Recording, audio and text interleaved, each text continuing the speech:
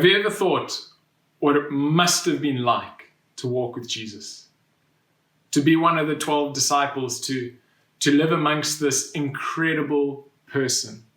Somebody who did nothing on his own accord, but lived 100% in tune with God because he was God in the flesh.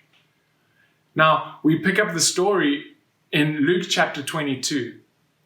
The disciples have all come together because they were preparing the Passover.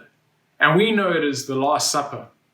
And there's a certain character in the Bible who was full of zeal, who loved Jesus with all of his heart.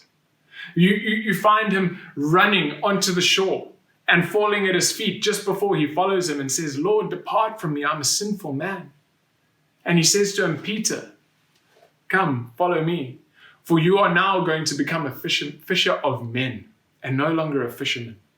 And Peter followed after the Lord with all of his heart. He was there when Jesus was transformed on the Mount of Transfiguration. He was there with the feeding of the 5,000. He was there when Lazarus was raised. He was there. And he was so close to Jesus. He loved him. And you can feel he was the one that spoke and had that revelation that you are the Christ, the Son of the living God. Oh, and Peter, he loved Jesus, and he had this revelation in his heart of who Jesus was, the Messiah, the Lamb of God.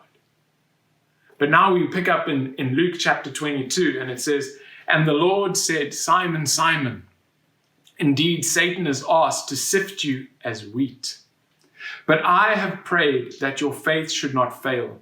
And when you have returned to me, strengthen your brethren.'" How amazing that when Jesus spoke to him so directly and so clearly, he knew that he was going to be tempted. He knew that Peter was going to fall. But he didn't pray against the plans of the enemy. He didn't pray that Peter would not face temptation. But he prayed for Peter's faith that even when he has failed, he will come back and he'll strengthen the brethren. Now, this is the Christian life. But you see, Peter, he's just like you and I. And he says there, "But he said to him, 'Lord, I am ready to go with you, both to prison and to death.'" Amazing. You can feel the heart of this man that, "No, Lord, there will be nothing that will get in between us." And Jesus says to him, "I tell you, Peter, the rooster shall not crow this day before you deny me 3 times. We are all weak at times. We are all like Peter, making empty promises, big promises to God. "Lord, I'll follow you wherever you want me to. I will die for you."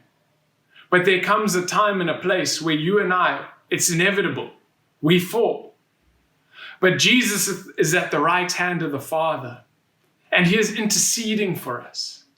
And he is praying for us the same prayer which he prayed for Peter, that your faith should not fail you. And when you come back, once you've repented, once you've come to my feet again, strengthen the brethren. So I want to encourage you today, no matter what the trial is, no matter what you might be facing, God's grace is sufficient, and his power is made perfect in your weakness. Don't listen to the lies of the enemy. Don't stay in a place of condemnation. But it's time to turn to Jesus and say, "Lord, I'm ready to follow after you. Not in my strength, not in my ability, but Lord, by your Spirit." May God encourage and bless you today.